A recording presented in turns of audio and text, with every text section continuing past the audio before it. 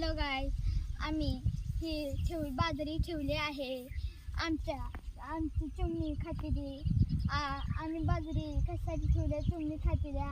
मग आम्ही बाजरी त्यांना अन्नधान्य भेटत नाही, त्यांना मरती दी हायशी चिमणी, हायशी मरती दी.